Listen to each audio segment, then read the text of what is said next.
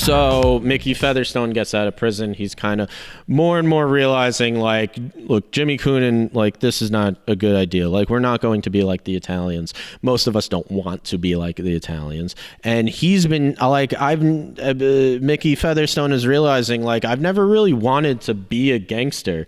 I just like kind of haven't been able to make my own decisions.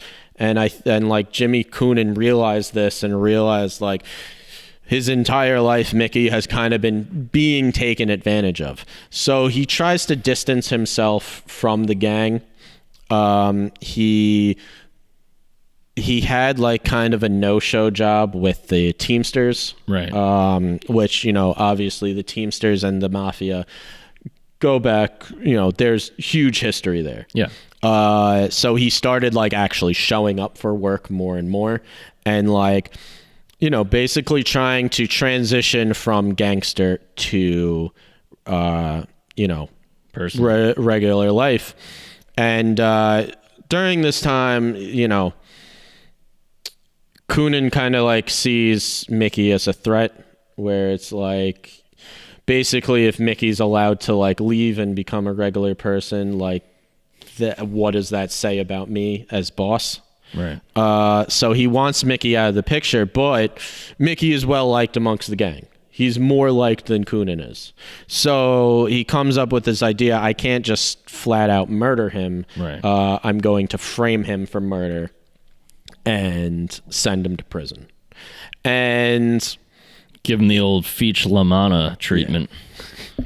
Exactly, from The Sopranos, Feach Lamana, who they frame for stealing some stuff TVs in prison. And shit, yeah. In The Sopranos, which if you watch The Sopranos, if you take away one thing from the entirety of Sopranos needs more promotion, yes. Greg. Make sure you get that in. If you get one thing from all the episodes we've done on Movie McManus, one takeaway is watch The Sopranos. I don't disagree. So, they set him up, and Mickey Featherstone kind of realizes pretty quickly that that Coonan had set him up. Apparently, the guy who actually did the shooting wore like a long hair, like a wig and a beard to look like Mickey Featherstone. Oh, shit! Really? Yeah. And he was like, I knew something was up because the witnesses were allowed to testify. The fact that the witnesses showed up, the fact that Jimmy Coonan wasn't doing anything to stop like these eyewitnesses from testifying, because on Jimmy Coonan's earlier case of... They'd just be intimidating the shit out of them. Jimmy Coonan's earlier case against Harold Whitehead, the reason he doesn't go to prison, the reason he's acquitted, is because one of the witnesses ends up dead, and the other witness decides like, oh, I didn't see anything. Right.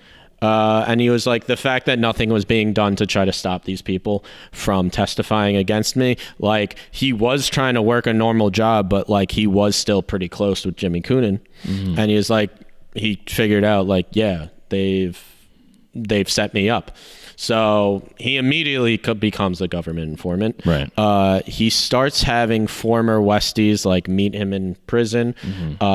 That are like secretly taped, and he gets a lot of confessions from them. And he testifies against Jimmy Coonan. Jimmy Coonan gets 75 years in 1988, and he's still there today. And Mickey and Sissy Featherstone went off to the witness protection program. Oh, wow. So Featherstone, he did time before that. Did he do any time from that moment on, or once he became an informant? I think he went straight into the so I don't think he served any like real time after that. I think he went right into the program, and he's still alive. Yeah, he's still somewhere in New Mexico. He's lurking in the corners. Oh shit! He's looking in the fucking corners. Dad.